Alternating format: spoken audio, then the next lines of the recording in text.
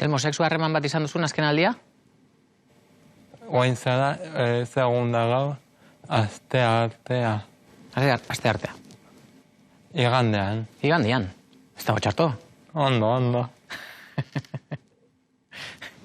Ze ambientetan izan zen? Igande goiza. Goizean? Prostituzioa. Aha. Kondo pasatzen nun? Oso ondo. Lehendik egon nintzen mutil honekin, eta hau izan da berekin bigarrengo aldi bat. Ondo, oso ondo. Telmo, zuk arazorik gabe esate duzu igandean izan zen eta prostituziora jo nuen. Kamaran aurrean esate duzu. Bai. Hori arruntena da? Ez. Da ni ere naiz arruntena. Kostatu zaizu? Hori azaleratzea? Ez. Igual, guainala urte batzuk enuke hola kontatuko hain lasai, baina guain oso normala edo beharrezkoa iruditzen zait.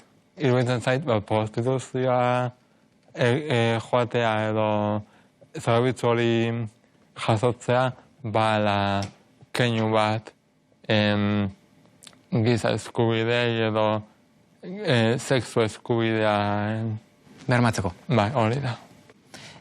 Zenbatero behar duzuzuk harreman sexual bat? Behar ez dakit. Gogoa askotan.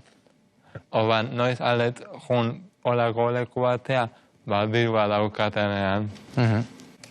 Ze diruik ez da honean, beste nonbait topatu garezu.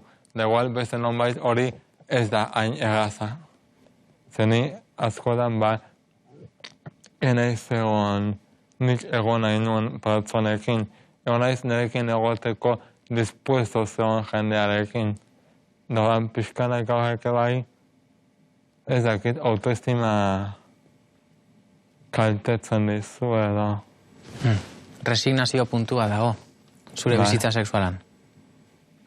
Bai, oen lasaiago nago, Ze nire bizitza sexuala ezango nuke leheno, zara igual nahiko aktiboa, baina nahiko tristeare bai.